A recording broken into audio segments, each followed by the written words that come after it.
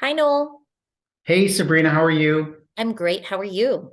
I am doing fantastic on this thankful Thursday.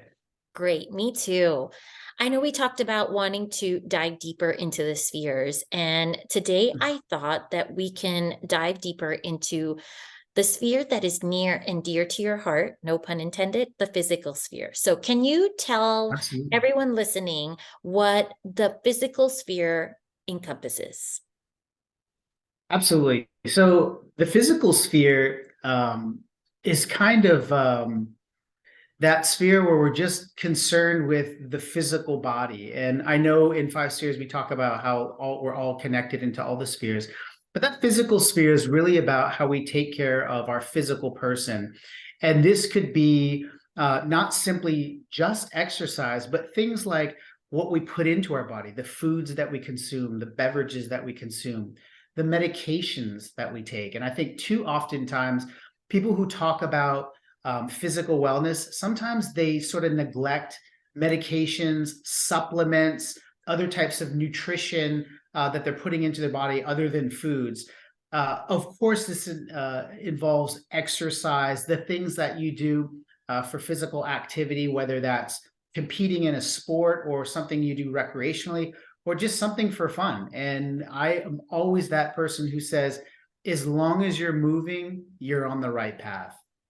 I agree. You do say that, and it's so true. I've had some pains in my Achilles, but it's not stopping me. I'm doing some sort of movement Absolutely. because I just feel I have to, and it feels good. Once you get used to it, it feels really good. But Absolutely. since we're short on time today, I wanted to ask you, give me an example of a physical goal or a challenge someone may have in their physical sphere as an adult, and then a child having a challenge in their physical sphere and something day to day, something most everyone can relate to. Sure. I think we're always seem to, as a society, certainly in the United States, we're always concerned and consumed with losing weight. And one of the resources out there that I've seen that I'm really impressed with is this company called Noom. And they're really tapping into the mentality or mental sphere, if you will, Yeah.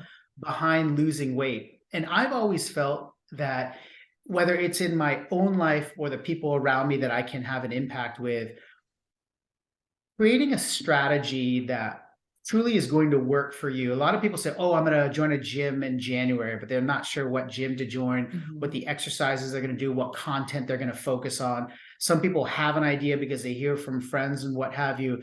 But I think at the end of the day, what you have to truly be honest with yourself is, what are you capable of doing? And again, that takes us into the whole considerations of five spheres. What can I financially afford to do? Right. Socially, if I have a family, what time constraints will I have because I have obligations at home? So I always think just keep it simple, focus on what it is that you're capable of doing, and then go out and find that. And for some people, Sabrina, that might even be just taking a simple walk around their neighborhood. Yeah. That's always a start. So I think for most people, doing something along those lines makes perfect sense.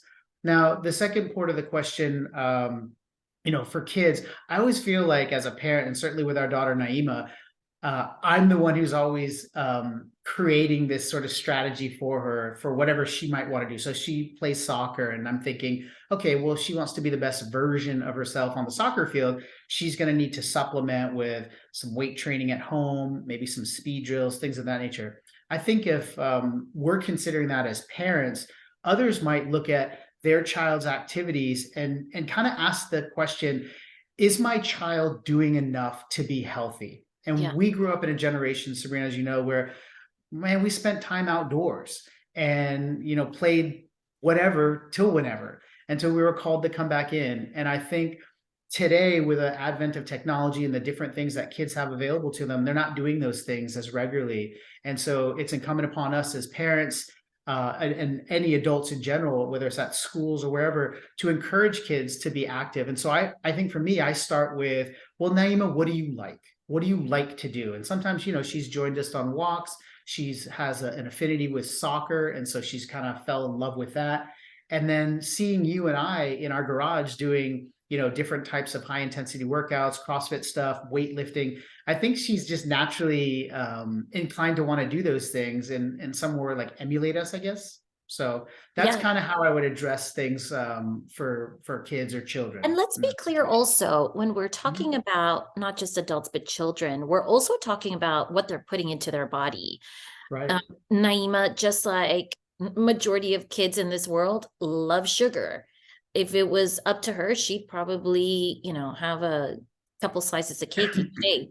But we have reiterated the importance of keeping your body healthy, and what that entails. And we fail a lot, but we try to have a routine of, you can have a sugary treat on the weekends. Sure. Um, And Sabrina, to kind of go back to your initial question, to talking about the physical sphere, I would impress upon people that it's so important to be talking to your kids about making good, healthy choices with the things that they're consuming. We don't tell Naima like, you can't ever have this or don't ever do that. There are certain things that she doesn't have in her diet, which we know is probably a good thing. But a piece of cake every once in a while, a cupcake, stuff like that, a donut, like those aren't things that are gonna that cause issues for her as long as she is doing other things and consuming other types of nutrients like vegetables and fruits and eating good sources of other proteins and what have you, she's going to be just fine. But she's got to know that making those choices is really all about what's in the long term, what's going to be good for her. So right. having an honest discussion, I think, is important.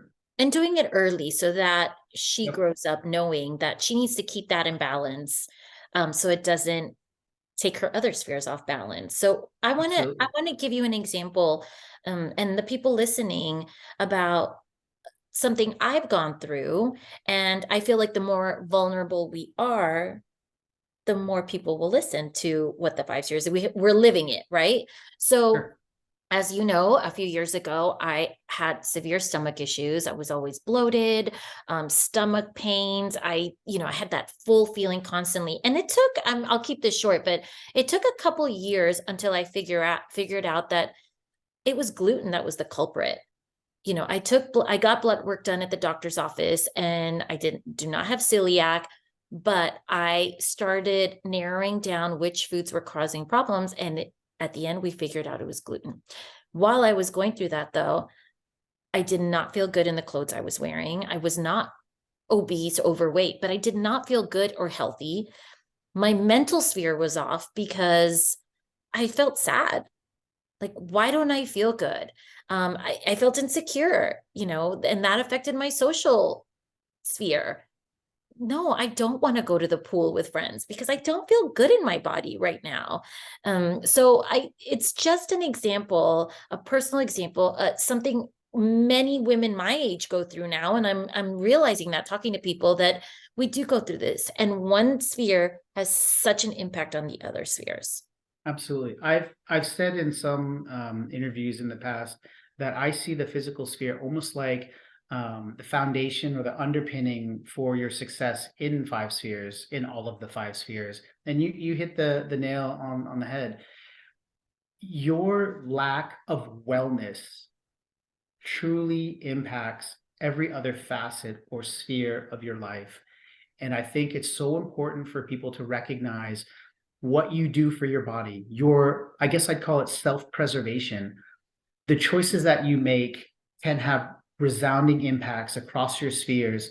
So it's so hypercritical to take a look at what you're doing there and then let that permeate into your other spheres, like you did, into the mental sphere and then your social sphere. And obviously the financial sphere can be impacted too. If you want to join a Absolutely. gym, what's the cost of that? But then, as I said, like just getting to the root of the problem is so, so important. And I can't stress that enough.